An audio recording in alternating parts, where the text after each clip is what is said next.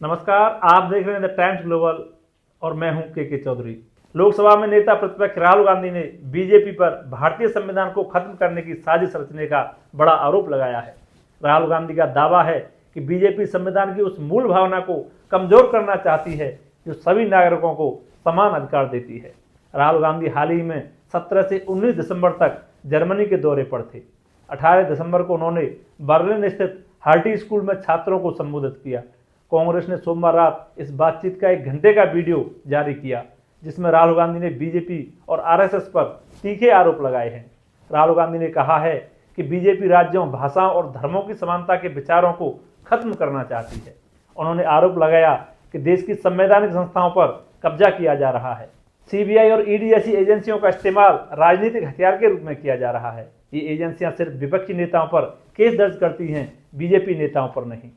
राहुल ने साफ कहा, हम सिर्फ बीजेपी से नहीं लड़ रहे, हम भारतीय संस्थागत ढांचे पर हो रहे कब्जे के खिलाफ लड़ रहे हैं। राहुल ने दावा किया है कि तेलंगाना और हिमाचल में कांग्रेस जीती और हरियाणा चुनाव में भी गड़बड़ी हुई। उन्होंने वोटर लिस्ट में एक ब्राजील की महिला का नाम होने का आरोप लगाया। राहुल ने कहा कि दुनिया एक बड़े बदलाव से गुजर रही है और अमेरिका का वैश्विक दबदबा कमजोर हो रहा है।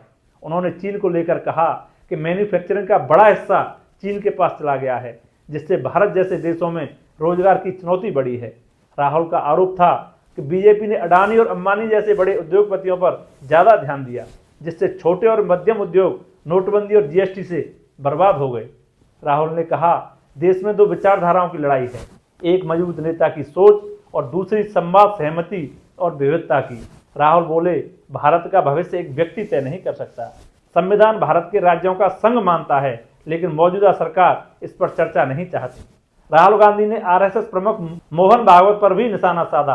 उन्होंने कहा, आरएसएस के लिए सच्चाई नहीं, शक्ति महत्वपूर्ण है, यही उनमें और हम में अंतर है। राहुल गांधी के आरोप पर बीजेपी ने तीखी प्रतिक्रिया दी है। बीजेपी प्रवक्ता प्रदीप भंडारी ने कहा, राहुल गांधी और कांग्रेस भारत में अराजकता और अशांति फैलाना चाहते हैं।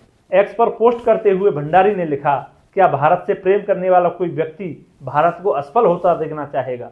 राहुल गांधी की कांग्रेस भारतीय लोकतंत्र को कमजोर करना चाहती है। राहुल गांधी प्रोग्रेसिव अलायंस के आमंत्रण पर जर्मनी गए थे, जो दुनिया के 117 प्रगतिशील राजनीतिक पार्टियों का समूह है। आपको बताते चलें कि इस दौरे के दौरान राहुल ने BMW के मुख्यालय का भी दौरा किया।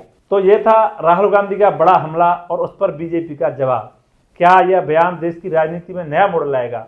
आप क्या सोचते हैं? अपनी राय कमेंट में जरूर दें। देखते रहिए द टाइम्स ग्लोबल। धन्यवाद।